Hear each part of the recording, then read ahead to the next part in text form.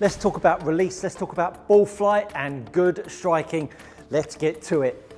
Now, if you are a keen follower of my channel, you will know that I am a bit of a golf grip pervert. Sorry about that, folks, but the grip is crucial. And if you've not seen it, you need to go check out my grip videos, but not quite yet. Watch this and then head over there.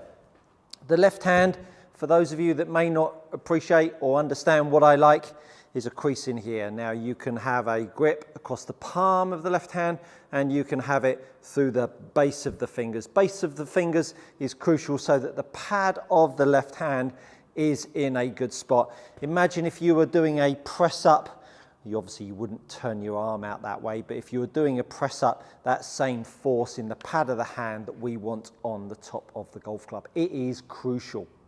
Now, for those of you that have adopted this grip, and I've got myself a 4-iron here today because I wanted to be super critical. I didn't want to hide away with making you understand how this face to path is to be controlled. Now, for those of you that have adopted this grip, may have experienced the odd shot going down the left-hand wing. Now, depending on how your grip was previously will dictate how your club unloads through strike.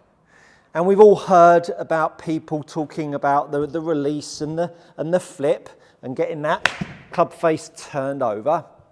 That is certainly one way of unloading the golf club. And the other way, of course, is more of an under release where the golf club, the loft of the club, looks up to the sky.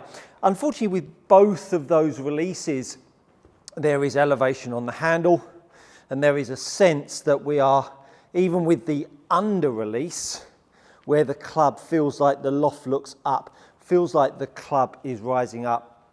And with the toe down, the flip, as people call it, the handle is still rising up. What I want to share with you today is how you need to start to sense a balance up of this grip and the club face, so that when you do adopt this grip, that you can really start to feel how neutral the ball flight could be with the right hold. So, with the grip in mind and taking the left hand on, what I want you to do is hold the club out in front of you. Let's roll a ball in here. Now, when you have a strong grip, stronger than you're used to, the way golfers will feel that they need to hold the face off is by pushing the handle forwards.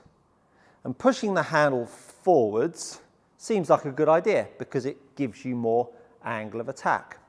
And of course, it does make the face more open. The trouble is, when I then move that handle back, what happens is that club face starts to get more and more inside. And actually, by thrusting the handle forwards through strike, what you actually do inadvertently is get too much from the inside with an open club face. And so, to give you another way of allowing the face to feel more open is about sensing that if I put my left hand grip on and then I was to take all of that crease out and then I was to push my left hand down again and it goes back to neutral with the club face, and then I push my left hand down even more, can you see how I can actually keep the shaft in line, but I can open the face? What I've not done is open the face by pushing the handle out to the right. And that's where people get most unstuck, with when a grip gets a bit stronger, excuse me, the only way they know how to hold a face off is by driving the handle forwards. And so what you then end up with is, because of that stronger hold, and the only way to fend it off is to hold it and drive forwards, as I say, we get the shot to the right. And of course, the alternative to that is that we then have a stronger hold, we do get ourselves into a slightly inside and open face position, but because we've got a much better grip, it allows us to then unload the club face over because of the hand orientation, and therefore make the ball draw. Now the problem with that is that when you do get the stronger hold and then you start getting more from the inside and you start unloading it, as you see on the screen there, the angle of attack really starts to disappear because you're trying to fend off this stronger hold. So now you understand the reaction of the grip, and a lot of people say to me, oh Stuart, cut to the chase, get to your point. Education people, I'm here to help you play good golf forever, not just this video. This is an education forum as much as a quick tip forum. So now you understand the virtues of that grip and what it will make you feel like. All of a sudden, when I put my hand on the golf club, now if I was to push the handle down and then keep the shaft in exactly the same line, I could crease the grip even more and open the face. Now, if you've watched enough content out there, garbage content, you will know that the lion's share of golf instruction is that we need to flatten the left wrist out. But of course, if the lion's share of golfers have inappropriate grips, that is the answer. Unfortunately, it makes you really weak and immobile. So what I'm looking for is a grip that works down, which is why I'm always referencing in my videos about this handle pressure. I know it gets a bit boring.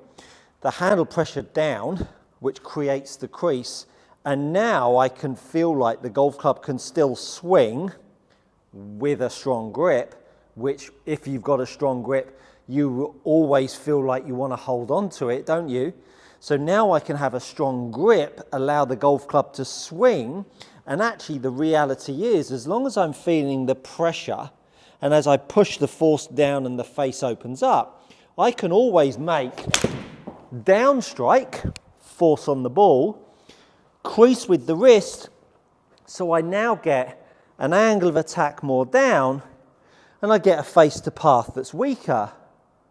So actually, the pressure that I put down on the left hand through strike, the creasing nature, the cupping nature of the left wrist, really offsets the amount of extra angle of attack that I've got with the strong grip to still keep the ball flight there.